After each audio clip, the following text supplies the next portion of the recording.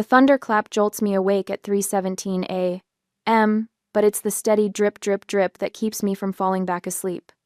My new bedroom, still smelling faintly of fresh paint, suddenly feels unfamiliar in the darkness. Another drip, then another. My hand fumbles for the bedside lamp. What the? Water trickles down from a darkening spot on my ceiling, landing with perfect rhythm onto my grandmother's quilt. Not one spot but three, forming a constellation of trouble above my bed. I scramble to my feet, pulse hammering against my ribs as I grab the metal mixing bowl from the kitchen and place it under the most persistent leak. Lightning flashes, illuminating the growing water stains. My throat tightens. This house, my house, is only 3 months old to me. The rain intensifies, drumming against the roof like an angry mob demanding entrance. And suddenly there's a new sound, water hitting hardwood from somewhere down the hall. I follow the noise to find similar dark patches forming in the hallway ceiling, then the bathroom, then the spare bedroom. 5, 8, 12 leaks, appearing like some horrific magic trick. My hands shake as I collect every pot, bowl, and bucket I own, placing them strategically across the house. The basement, I whisper, and the words feel like a premonition. I take the stairs 2 at a time, gripping the railing that Samuel insisted was solid oak, built to last generations. The light switch clicks, revealing my worst fears. Water seeps through hairline cracks in the foundation walls, creating small rivulets that converge into a growing puddle across the concrete floor. The water heater stands in 2 inches of flooding, the circuit breaker box dangerously close to moisture. My chest tightens until breathing becomes a conscious effort. 3 months ago, I stood on this very spot, house keys clutched in my triumphant grip, Samuel's arm around my shoulder. "This is a once-in-a-lifetime deal, sis." His voice echoes in my memory. "You'd be crazy to pass it up." I splash back upstairs, grab my phone, and pull up the photos I took on closing day. My proud smile, the congratulatory flowers from coworkers, the champagne toast with Samuel and Mom. The culmination of nearly 10 years of sacrifice, the cramped studio apartment, lunches packed in reused plastic containers, weekends spent working overtime while friends traveled to beach getaways. "This can't be happening," I whisper to the empty room. "I saved for almost 10 years.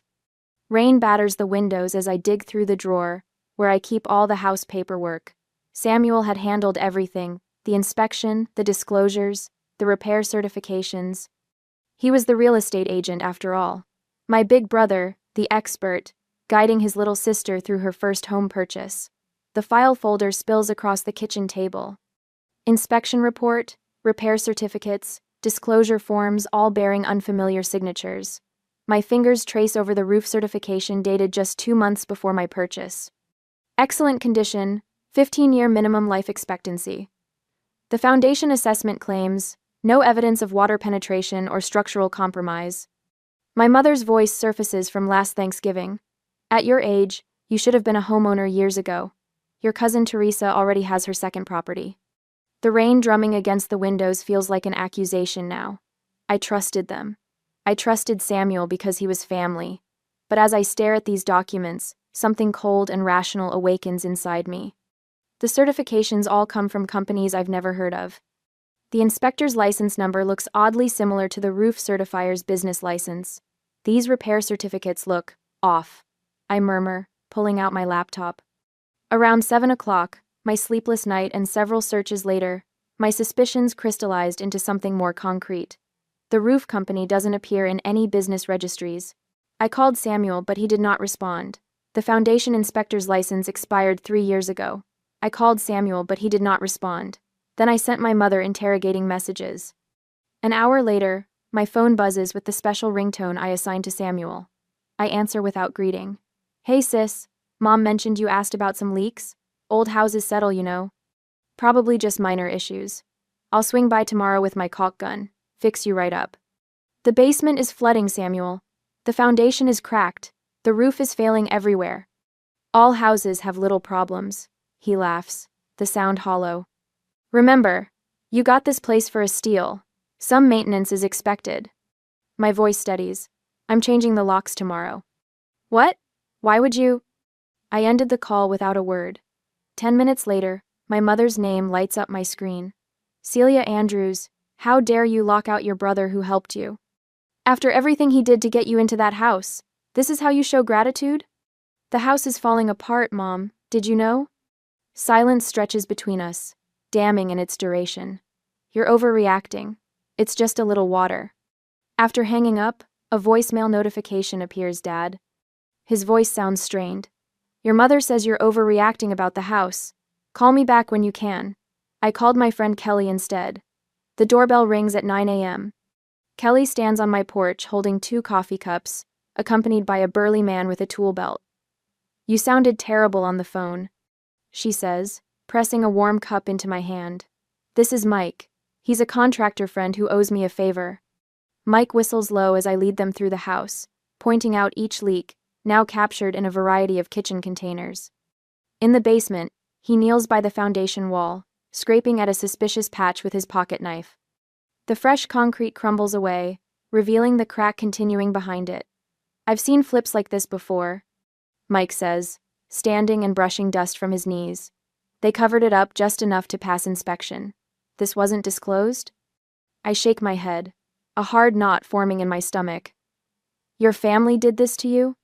Kelly asks quietly. Samuel was my agent. He brought in the inspector. My voice cracks. My life savings. $68,000 for the down payment. Kelly's arm wraps around my shoulders. This isn't right, Celia. Your family took advantage of you. Rain continues to fall outside, but inside, something shifts. The shock and betrayal begin to crystallize into something harder, more determined.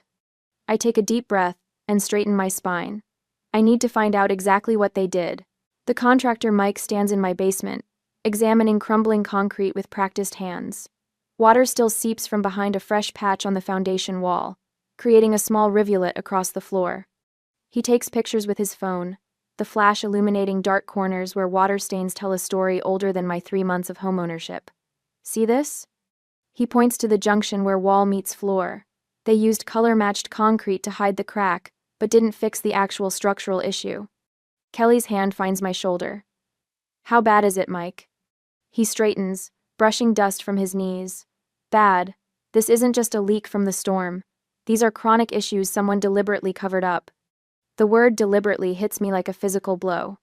I brace against the wall, steadying myself. Let's see those inspection papers again, Mike says. Upstairs, I spread the documentation across my kitchen table. The coffee Kelly brought sits cold beside stacks of papers bearing unfamiliar signatures. Mike flips through them, his frown deepening with each page. This inspection report is garbage, he says finally. It doesn't even mention the foundation. And look at this. He taps a signature at the bottom. Martin Keller. I know every inspector in this county, and there's no Martin Keller. My brother arranged everything, I whisper. The implications tighten around my chest like a vice. Mike pulls out his phone and searches something. The license number on this report belongs to a home inspector whose certification expired 3 years ago. My throat constricts. How is that possible? They took a real license number but faked the name, Mike says. The roof certification is just as bad. Company doesn't exist. Kelly picks up another document. Look at this repair certificate for the electrical panel. Same handwriting as the roof paper, just different letterhead. Mike excuses himself to make a call, stepping onto the back porch. Through the window, I watch him gesturing as he speaks. When he returns, his expression has hardened. I called a buddy at the county records office. This house was purchased 8 months ago by Andrews Investments LLC. He looks at me. Any relation? The room spins slightly. That's my brother's company. Mike nods as if confirming a suspicion. He bought it as a flip property. My buddy says they pulled permits for cosmetic work, only new cabinets, flooring, paint. Nothing structural. Kelly's eyes widen. They were trying to unload it. Not just trying, Mike says. According to my buddy, there were 2 pending sales that fell through after inspection. Real inspections, not this nonsense. He taps the fraudulent papers.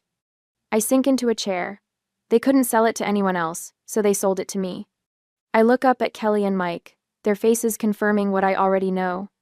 My own family deliberately sabotaged my financial future. They weren't helping me achieve my dream, I say, the realization crystallizing. They were solving their problem. Memories cascade through my mind. Mom's urgent voice last Christmas. You're not getting any younger, Celia. This market won't wait forever. Samuel's insistence on handling everything. Trust me, this is what I do.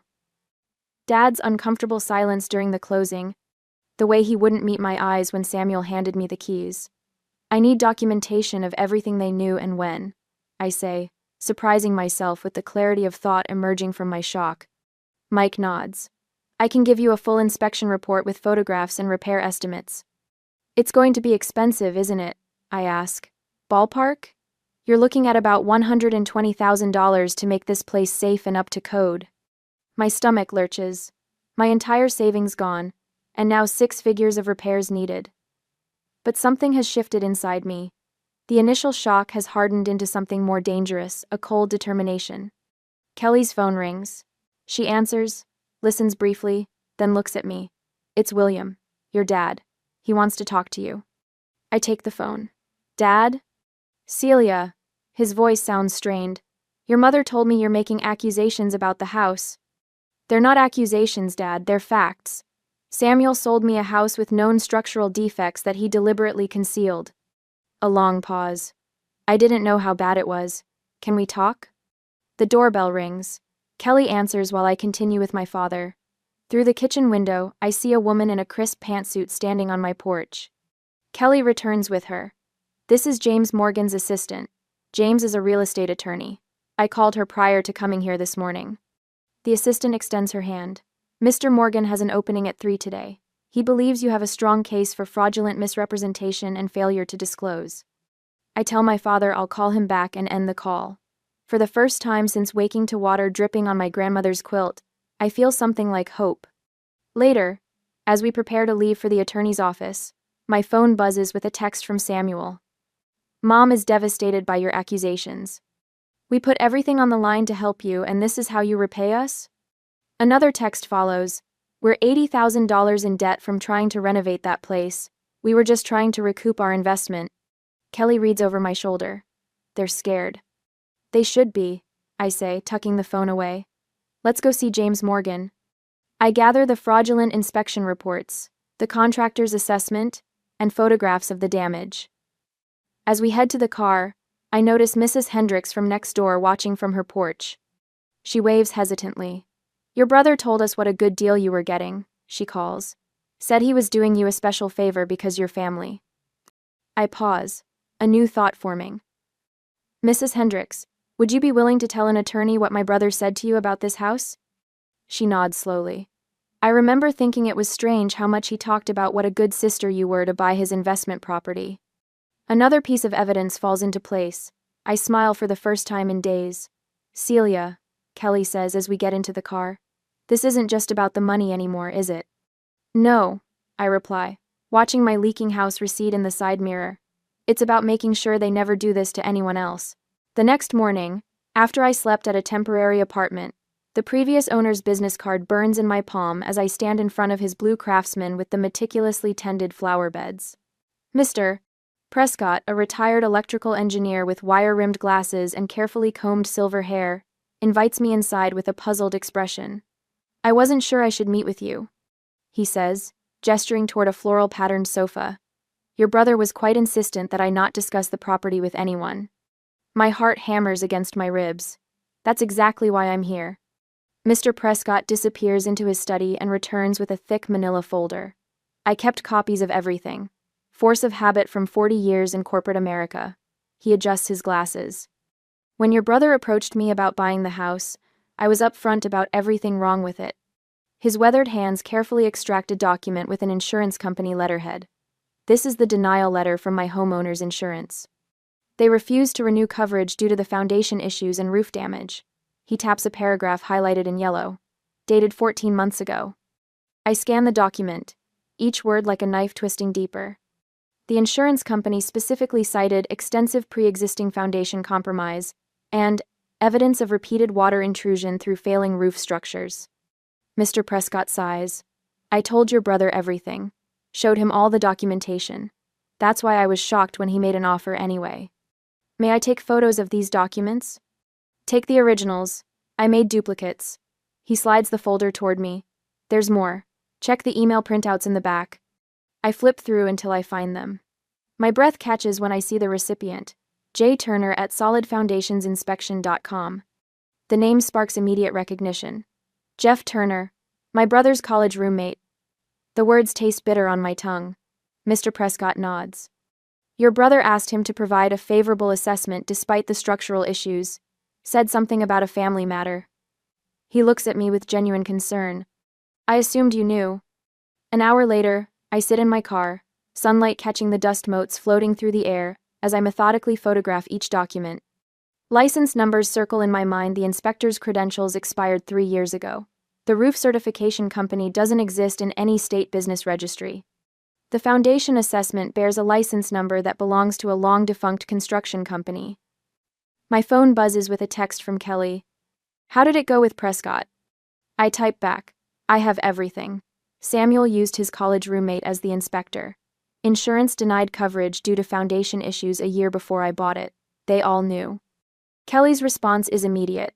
This is fraud. Call James. James answers on the first ring. His voice carries the controlled excitement of a seasoned attorney who recognizes a winning case. This is exactly what we needed, Celia. This isn't just unethical, it's criminal misrepresentation. Your brother's real estate license is now officially at risk.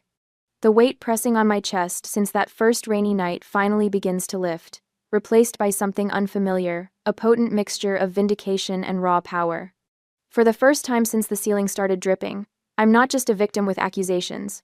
I have ammunition. What's our next move? I ask, a new steadiness in my voice. Document everything. Then we move to confront. On your terms, not theirs. The following morning, I text my parents. Coffee at Magnolia Cafe, 10 a.m. Important family discussion. The public setting is deliberate. No shouting, no drama, just facts on neutral ground. I arrive 20 minutes early, selecting a corner table with good visibility. The folder sits before me, its contents organized with the precision of my accounting background: affidavits, photos, insurance denials, fraudulent inspection reports, and email exchanges. My father arrives first, looking uncomfortable in a worn button-down shirt. My mother follows minutes later, her mouth pinched with disapproval. Samuel trails behind, checking his phone with performative casualness that doesn't mask the tension in his shoulders. This better be important, Celia. My mother starts, arranging herself in the chair without removing her designer sunglasses. We have the Henderson listing appointment at 11:30. I say nothing, simply opening the folder and sliding the insurance denial letter across the table. I found the previous owner. He told me everything. The change in Samuel is immediate. His face drains of color, and his hands begin to tremble so violently that coffee sloshes over the rim of his cup. My mother stiffens, her fingers clutching her purse with white-knuckle intensity. I don't know what you're talking about, Samuel attempts, but his voice cracks on the final word. You knew about the foundation issues and the roof damage before the sale. I keep my voice low, measured. You deliberately concealed material defects that you had a legal obligation to disclose. My mother leans forward. We just wanted to help you become a homeowner, sweetheart. Everyone has to start somewhere, and with property values the way they are. Stop. I place another document on the table. This is an email from Samuel to Jeff Turner requesting a favorable report despite observed deficiencies. Dated 2 weeks before my closing. A couple at a nearby table glances over, curious about the growing tension radiating from our corner. Samuel notices them looking and lowers his voice to a harsh whisper. Look, there might have been some minor oversights in the disclosures, but... Minor? I cut him off, placing photos of the flooded basement side by side with the falsified inspection report claiming no evidence of water penetration. My entire life savings, Samuel. Everything I worked for over the past decade.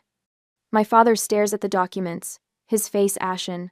I didn't know it was this bad, he murmurs, not meeting my eyes. My mother's hand shoots out to grip his arm.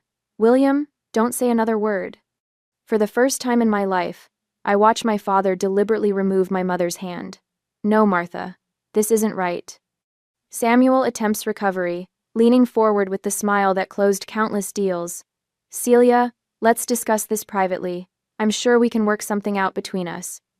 That opportunity passed when you decided to commit fraud. I close the folder with finality. James Morgan will be contacting you both formally this afternoon. The name of the well-known real estate attorney causes Samuel to sit back abruptly. My mother's mouth opens and closes without sound. You wouldn't do this to your own family, she finally manages. I stand, gathering the folder. You did this to me first. Later that evening, my father shows up alone at my temporary apartment. His shoulders slump as he surveys the water-stained furniture I managed to salvage. Can I see the rest of the damage? He asks quietly. We drive to the house in silence. I watch his face as he takes in the full extent of what they'd hidden, the black mold creeping across bathroom walls, the foundation cracks widening by the week, the buckling hardwood floors. I had no idea it was this bad, he says, voice barely audible. I thought they were just helping you. My phone rings, Kelly, checking in. James called. She says when I answer. He says your documentation creates an ironclad case. The previous owner's statement alone would be enough, but with those emails. After I hang up, my father stands in the middle of the ruined living room, looking suddenly older than his 62 years. I'm so sorry they did this to you, he says finally. The words unlock something tight in my chest, validation that I'm not crazy, that I don't deserve what happened, that seeking justice isn't an overreaction. He reaches for his car keys. What can I do to help? Tell the truth, I say. That's all I need from you now. As he leaves, I stand in the doorway of my damaged house, watching the sunset paint the neighborhood in golden light. For the first time since that stormy night, I feel something beyond anger and betrayal, the calm certainty that comes with knowing you're fighting the right battle, and that you're not fighting alone. 2 days later, the conference room at James Morgan's law office feels like a war room. Stacks of documents cover the polished mahogany table, inspection reports, disclosure forms, county records, and a timeline of communications Kelly helped create. I scan the piles with a precision born from years of accounting work, my initial shock giving way to something colder and more focused. The roof certification isn't just suspicious, it's fraudulent, James says, tapping a document with his index finger. The company doesn't exist in any state business registry. I nod, feeling oddly detached as I organize another stack of papers. The hurt that consumed me during that coffee shop confrontation with Samuel and Mom has crystallized into something harder, more tactical. Fraudulent misrepresentation is our strongest claim, James continues, but we also have failure to disclose, breach of fiduciary duty, and potentially license fraud. What's the burden of proof? I ask, pulling out my notebook. The accountant in me craves specific parameters, measurable standards, preponderance of evidence. We need to show it's more likely than not that Samuel knew about these issues and deliberately concealed them. I've spent the past 3 days studying real estate disclosure laws until my eyes burned. Samuel had a legal obligation to disclose all material defects, especially those affecting structural integrity or posing safety hazards. Exactly, James says with approval. Your brother's license required him to put your interests above his own. Kelly returns with coffee for everyone. So what's our next move? Build an ironclad case before filing anything, I reply, accepting the steaming cup. I need to understand exactly what they violated and have documentation to back every claim. William arrives, carrying a weathered leather briefcase. My father looks older than he did a month ago, the lines around his eyes deeper. I found these in our home office, he says, sliding a folder toward me, Samuel's original notes on the house before he marketed it to you. James whistles softly as we examine the contents. Handwritten notes detail foundation cracks, water intrusion points, and a complete roof replacement needed as soon as possible, underlined twice. This is exactly what we needed, James says. Direct evidence he knew. The methodical work continues through the afternoon. We arrange for certified inspectors to document every issue, create a chronological record of all transactions, and build what James calls a bulletproof case file. William provides context about family finances that helps explain the desperation behind their actions. Your mother refused to believe they were overextended, he says quietly. Samuel convinced her this was the only way out of their financial hole. First, Kelly organizes photos of damage beside the falsified inspection reports. The side-by-side comparison is damning. No judge could miss this deliberate concealment, she says. I recruit 2 neighbors who remember Samuel's specific claims during the showing promises about solid construction and at least 15 years before any major repairs needed. Their statements add weight to our growing documentation. We work with the precision of surgeons, meticulously building a case that will leave no room for denial. It feels strange channeling my hurt into such coldly efficient preparation, But there's something healing in the process itself. Taking control, understanding exactly what happened, and creating a pathway to justice. My phone buzzes with a text from William later that evening. Samuel approached me after work. Said you're destroying the family. My heart stutters. Samuel confronted Dad. I tell Kelly and James. He's trying to pressure him. That's actually a good sign, James says. It means they're worried. Another text arrives from my cousin Teresa. Your mom told everyone you're filing a frivolous lawsuit because you regret buying the house. What's going on? I close my eyes briefly. Mom's spreading rumors to the extended family. Kelly squeezes my shoulder. They're trying to control the narrative because they know they're vulnerable. A cold knot forms in my stomach. I hadn't considered how far this might extend beyond Samuel and Mom. Aunts, uncles, cousins, all potentially turned against me based on their manipulated version of events. What if Dad caves under the pressure? I ask, voicing my deepest fear. James shakes his head. The documentation speaks for itself. Even if he stopped cooperating, we have more than enough. I straighten the papers before me, aligning their edges with precision. They're still trying to control the narrative, I say. But we have something more powerful. What's that? Kelly asks. The truth, I reply, placing the final document into our case file. Documented, verified, and irrefutable. As we finish for the day, I feel a strange calm settle over me. The frantic herd of discovery has transformed into something more deliberate and focused. Samuel and Mom may have their rumors and manipulation, but we have something they can't counter. Paper trails don't lie, and family ties, I'm learning, aren't always stronger than the truth. 3 weeks into meticulous preparations, evidence and documents, the folder of evidence sits open on my coffee table, organized with the precision I've relied on throughout my accounting career. Photos of water-stained ceilings line up perfectly with inspection reports claiming no evidence of moisture penetration. Foundation crack documentation sits beside certifications of structural soundness. Each lie methodically exposed. We're almost there, James says, adjusting his reading glasses as he reviews our civil complaint. His finger traces over a paragraph about Samuel's license violations. The real estate commission filing is ready too. Timing will be crucial. And I nod, feeling a strange calm settle over me. 3 weeks ago, I would have been pacing, my voice pitched with anxiety. Now I simply watch as James assembles the final pieces of our case against my own family.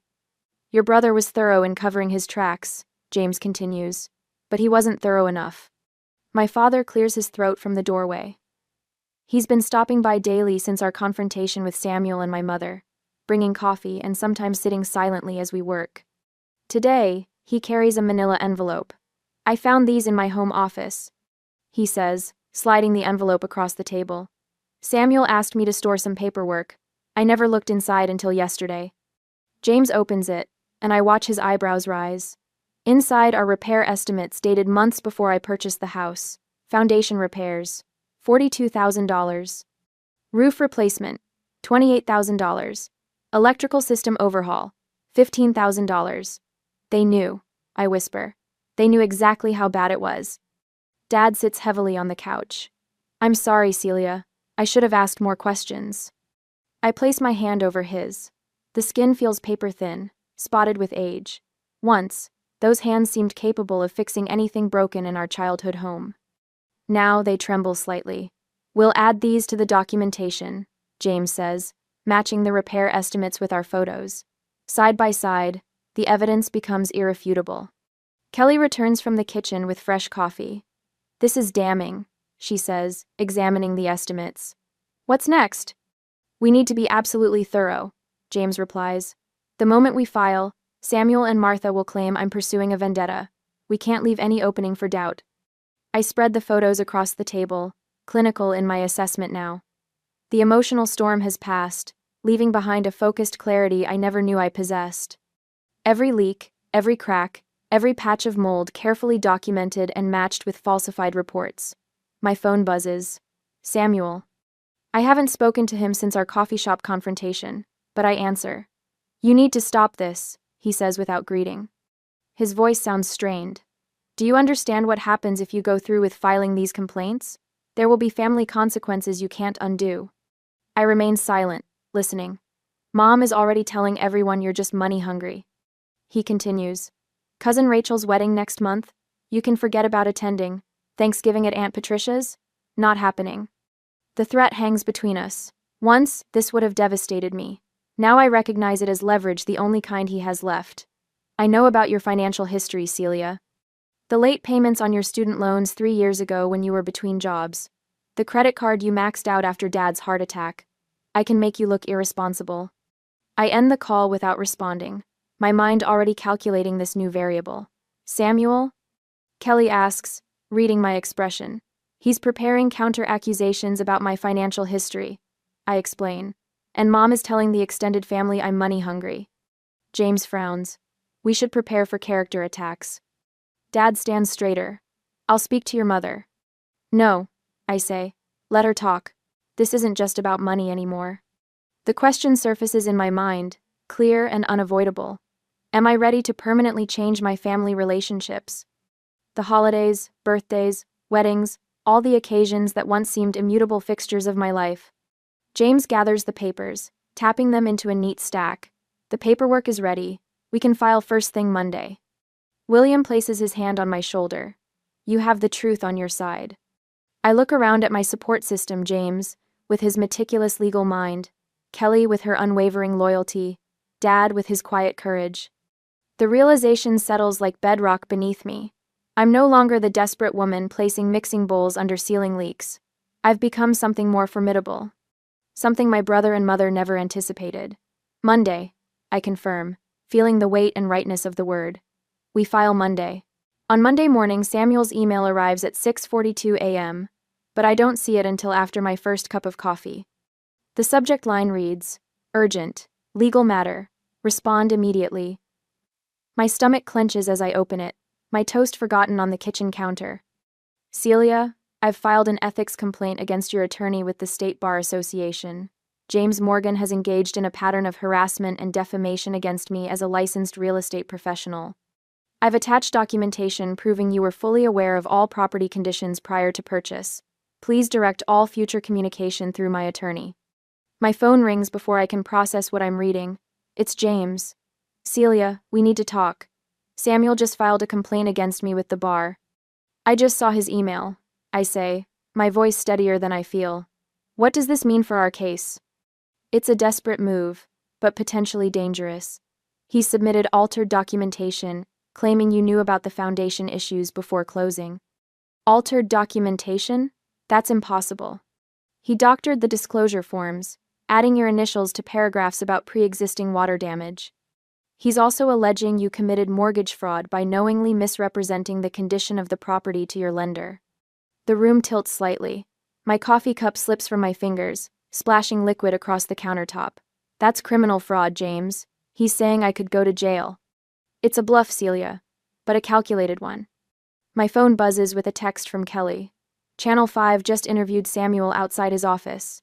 He's calling himself a victim of family betrayal and false accusations. Call me. Before I can respond, an email notification from my company HR department appears. Request for meeting regarding external financial allegations. James, my employer just contacted me about allegations. What's happening? Samuel's escalating. Making this public, trying to damage your reputation before we can file our case. He's created a narrative that you're trying to extort him after making poor financial decisions. I sink into a kitchen chair, my legs suddenly unreliable. My mother called William this morning. She was crying, saying I was destroying the family. My voice catches. He said she tried to convince him I was becoming unstable and needed help, not legal action. They're applying pressure from all angles, James says, his voice grim. This is their most aggressive move yet. Are you ready to respond just as forcefully?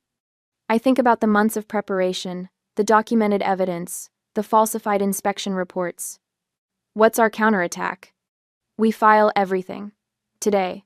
Complete documentation with the court and the real estate commission simultaneously. We've prepared for this, Celia. It's time to deploy everything. 2 hours later, I meet Kelly at James's office. The conference room table is covered with organized stacks of documents. I just got 3 calls from friends asking if I was really trying to bankrupt my brother over minor house repairs. I tell them, my hands shaking slightly as I set down my purse. Samuel's version of events is spreading through our entire social circle. Kelly squeezes my shoulder. I've already provided my written statement about the condition of the house before you purchased it. Remember what we found in the attic? The receipt for temporary foundation patches dated a week before your showing? James nods, tapping a thick folder. We have everything we need. The previous owner's testimony, the contractor reports, the falsified inspection documents, and most importantly, the door opens and my father walks in, looking tired but determined. His eyes meet mine. I brought what you asked for, James. He places a manila envelope on the table. Martha doesn't know I found these. Samuel left them at our house after Celia's closing. It's the additional evidence about fraud and false reports about the house. My throat tightens as I reach for his hand. Dad, thank you. I should have spoken up sooner, he says, his voice rough with emotion. When Samuel started targeting your professional reputation, I knew this had gone too far. James opens his laptop. With William's evidence, we can file for an emergency injunction against Samuel's business operations pending investigation. The Real Estate Commission will move quickly once they see the original inspector's signature alongside the falsified documents. My phone rings, Samuel. I silence it, and moments later a text appears. This will destroy your career if you don't back down. Last chance to fix this quietly. I show James the message. His response is immediate. That's textbook intimidation. We're adding it to the filing. Within hours, James submits our complete case file to both the court and the Real Estate Commission. The evidence packet contains everything: inspection reports, repair certificates, foundation assessments, witness statements, Samuel's threatening messages, and William's damning testimony. By evening, my phone won't stop buzzing with notifications. Friends sending screenshots of Samuel's social media posts calling me mentally unstable. Family members forwarding Martha's emotional pleas about family loyalty. Even my aunt in Florida called to ask why I was persecuting my poor brother. How are you holding up? Kelly asks, bringing me tea as we sit in her living room. I've been staying with her since the intimidation started. Better than expected. I answer, surprising myself with the truth of it. A month ago this would have broken me. Now it just confirms I'm doing the right thing. My phone lights up with James's name. Celia, the judge granted our emergency hearing request. Tomorrow morning, 9 a.m. So soon? The Real Estate Commission representative called me personally after reviewing our evidence. They're sending someone to observe the proceedings. Samuel's attempt to discredit you actually accelerated everything. After I hang up, Kelly looks at me with concern. Are you ready for tomorrow? I nod, feeling a strange calm settle over me. For the first time since this started, I'm not afraid of them. The truth is all documented now. Later that night, as I review my testimony one final time, my father calls. Celia, your mother and Samuel came to the house tonight. They wanted me to sign a statement saying I never saw any documents and that you've been acting irrationally. My heart skips. What did you do? I told them to leave. I said I'd see them in court tomorrow. His voice breaks slightly. I'm sorry it came to this, sweetheart. Me too, Dad. James says our case is solid. The evidence speaks for itself. After we hang up, Kelly brings me a cup of chamomile tea and sits beside me on the couch. Try to get some sleep. Tomorrow we show them what real integrity looks like. I close the folder containing my testimony notes. Tomorrow everything changes, my family, my reputation, my future. There's no going back, no settlement possible, no version of tomorrow where things return to how they were. Samuel's final text arrives as I'm getting ready for bed. You have no idea what you're walking into tomorrow. I don't respond. There's nothing left to say that the court won't hear in the morning. The next morning, the courthouse looms like a limestone fortress in the morning light. I adjusted my blazer, the navy one I'd planned to wear, suddenly felt too casual for today and gripped my leather portfolio tighter. The weight of documentation inside represents months of methodical work, each page a brick in the wall of evidence against my own blood. Ready? Amen. James asks, his voice steady as we approach the imposing steps. Kelly squeezes my arm. You've got this, Celia. The courtroom buzzes with low conversation. I spot familiar faces from the neighborhood, colleagues from Samuel's brokerage, and even Mrs. Winters from across the street. My stomach twists when Martha and Samuel enter through the side door with their attorney, a silver-haired man whose tailored suit probably costs more than my monthly mortgage payment. Samuel catches my eye. his face a mask of practiced concern. He leans toward his attorney, whispering something that makes the man nod. Martha dabs at her eyes with a tissue, the picture of maternal distress. William slides into the bench behind me. "I'm here," he whispers, his hand briefly touching my shoulder. "All rise," the bailiff announces as Judge Eleanor Harmon enters, her expression unreadable behind wire-rimmed glasses. The proceedings begin with clinical efficiency. Samuel's attorney presents his opening statement, his voice resonating with practiced sincerity. "Your Honor, this case represents an unfortunate misunderstanding between siblings. My client, a respected real estate professional with 15 years of experience, helped his sister purchase her first home. Now Miss Andrews claims fraud because of routine maintenance issues that arise in any property." He displays documents on the court, monitor disclosure forms bearing my signature, repair certifications with official-looking stamps, photos of the house on closing day. "These issues," he continues, gesturing toward a diagram of the house, "fall within standard disclosure exemptions under Section 82.4 of the State Real Estate Code. Minor pre-existing conditions, which my client reasonably believed were resolved, are explicitly excluded from mandatory disclosure requirements." NY. Martha nods along, her expression pained yet dignified. I watch several observers shift uncomfortably in their seats. When James rises, the energy in the room changes. "Your Honor, what we have here isn't a misunderstanding, it's a meticulously orchestrated fraud." His voice carries no theatrics, just the steady cadence of certainty. "The defense has presented what appears to be proper documentation. We will systematically demonstrate that every single one of these documents was falsified, backdated, or created specifically to conceal known structural defects." James produces the first exhibit, side-by-side photos of my ceiling, before and after the storm. "Miss Andrews saved for nearly a decade to purchase this home, trusting her brother and mother to guide her through the process. Instead, they exploited that trust to unload a property that had already been rejected by 3 previous potential buyers due to structural issues." Samuel's lawyer stands. "Objection, Your Honor. Counsel is making unsubstantiated claims about prior sales."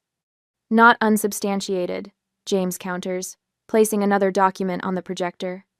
"This is the complete transaction history for the property, showing 3 failed sales in the 4 months preceding Miss Andrews' purchase, each one terminated during inspection periods." Judge Harmon examines the document. "Objection overruled. Continue, Mr. Morgan." James nods.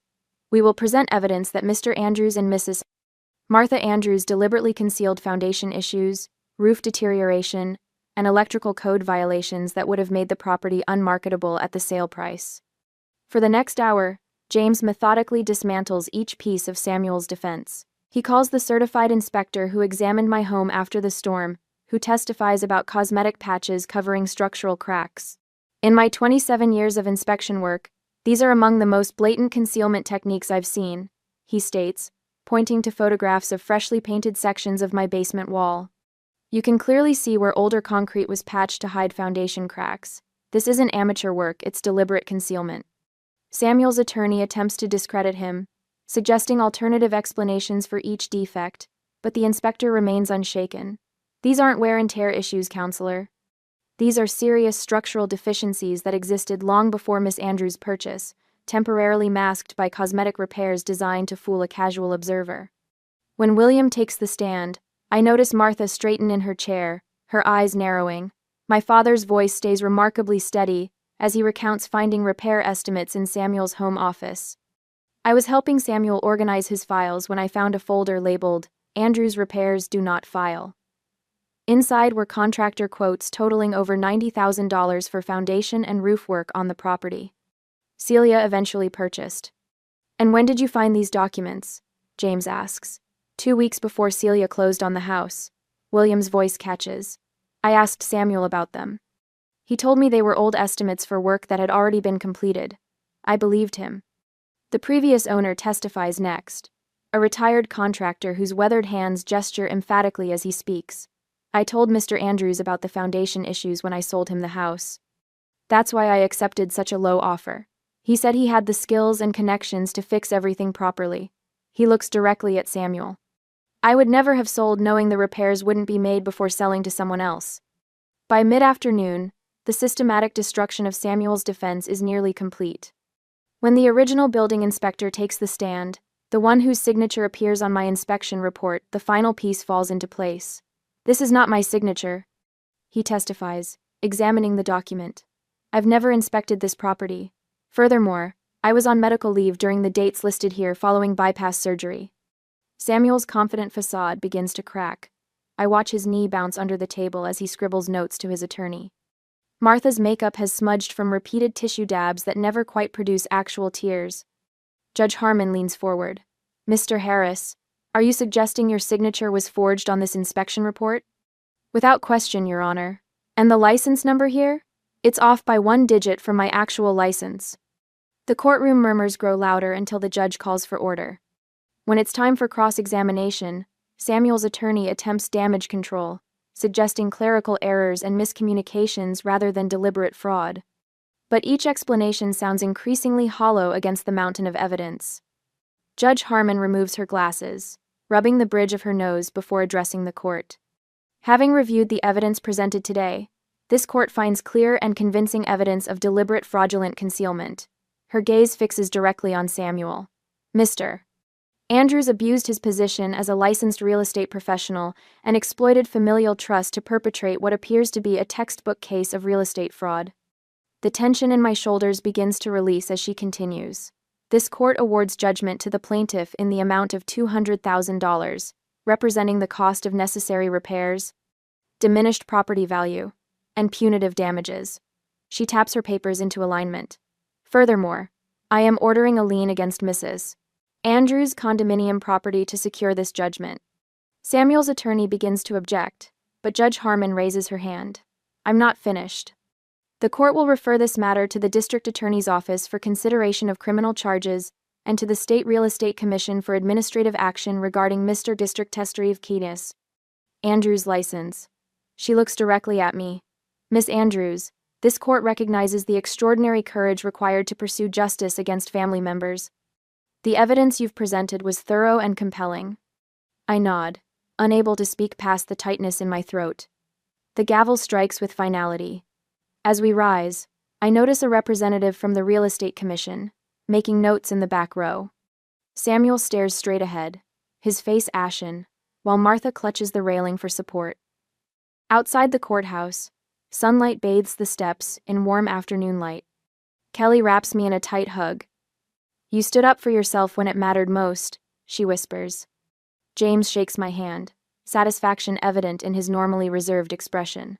"This is why I practice law," he says simply. William approaches hesitantly.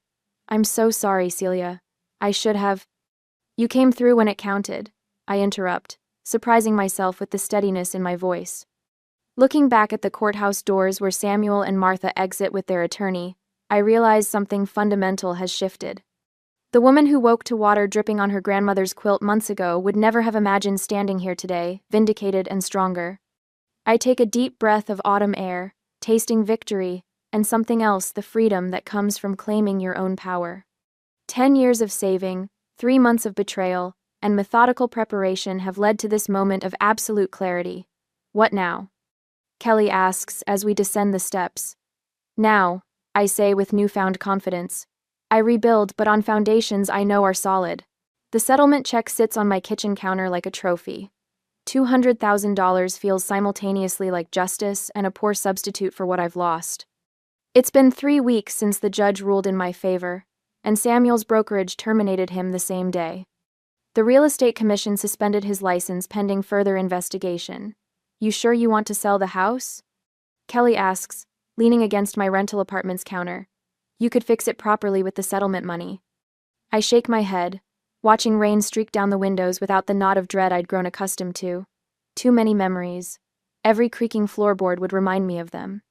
My phone buzzes with a text from Dad. Since the trial, he's been calling almost daily, his voice carrying the weight of his own guilt. I should have seen what they were doing. He told me last week, his eyes fixed on his coffee cup. "All those hushed conversations between your mother and Samuel. I convinced myself they were planning a surprise for you." I text him back, confirming our lunch tomorrow. Our relationship is different now, more honest, more careful. We're learning to rebuild on a foundation of truth rather than obligation. Your listing agent called, Kelly says, scrolling through her phone. 2 offers on the house already, even with all the disclosed issues. Because we're honest about everything wrong with it. I find myself smiling at the irony. Full disclosure actually works. James Morgan stops by later with the paperwork for the lien against Mom's condo. He's agreed to become my permanent legal advisor, something I never imagined needing before this ordeal. The district attorney is considering criminal charges.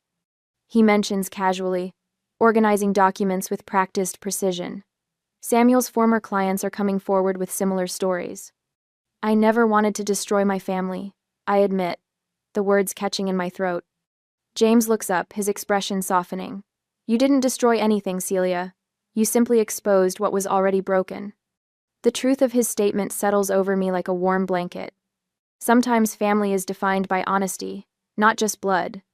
6 months later, I stand in the doorway of my new living room, watching raindrops race down windows that don't leak. This house, my real house, passed 3 separate inspections before I signed a single paper. The inspector, recommended by James, spent 4 hours examining every inch of the property, pointing out minor issues with refreshing candor. The gutters need cleaning, and you'll want to reseal around the bathroom fixtures within a year, he'd said, making detailed notes. But the foundation is rock solid. Those words still bring me comfort during rainstorms like tonight's. My phone rings, Dad calling from his volunteer shift. Just finished helping a couple walk away from a money pit, he says, pride evident in his voice. The seller tried the same tricks Samuel used on you. After the trial, Dad joined me at the Real Estate Transparency Initiative, a consumer protection group where we volunteer weekends, educating first-time homebuyers. 3 families have already avoided situations similar to mine through our workshops. Did you use the inspection checklist I made? I ask, settling into my reading chair. It was perfect, he confirms. The wife kept saying how grateful she was to have someone point out the red flags. We chat about his upcoming visit this weekend. Our relationship has transformed from the strained politeness of before into something authentic. We've established boundaries and expectations that make both of us feel secure. The conversation shifts to Mom and Samuel. They've retreated from family gatherings, unable to face relatives who know the truth. Last month, Mom left a voicemail asking if we could move past all this unpleasantness. I saved it but haven't responded. Trust must be earned, even from family. After hanging up, I notice an email from my coworker Diane. Subject line, House Emergency Help. The message details familiar pressure tactics from her brother-in-law Realtor, pushing her toward a quick decision on a perfect starter home with a suspiciously low price. My heart races with recognition, the same urgency, the same family obligation, the same red flags I missed. Months ago, I would have sympathized but offered little practical help. Today, I responded with specific resources, inspector recommendations, disclosure requirement checklists, and an offer to review any paperwork before she signs. Trust is earned, even from family. I write, verify everything. I include James's contact information and offer to accompany her to viewings. This isn't just about Diane, it's about breaking a cycle that traps too many first-time homebuyers. Saturday evening, my living room fills with the warm chatter of trusted friends. Kelly arranges appetizers, while Dad adjusts a framed house illustration, my housewarming gift, from the Real Estate Transparency Initiative volunteers. To new beginnings, Kelly announces, raising her glass as everyone gathers in a circle. I look around at these people, not all related by blood, but connected by something stronger. Dad stands tall beside me, his hand occasionally touching my shoulder in a gesture of support that would have seemed impossible a year ago. Outside, rain begins to fall, the gentle patter against solid windows providing a soothing backdrop rather than triggering anxiety. In this moment, surrounded by people who've proven their trustworthiness, I finally understand the lesson beneath all the pain. Sometimes, the hardest battles are against the people who should protect you, I say quietly, raising my glass to join the toast. But winning those battles teaches you who truly deserves your trust. The glasses clink together, catching the warm light of my new home, a home built on truth rather than deception, strength rather than vulnerability, and chosen family rather than obligatory ties.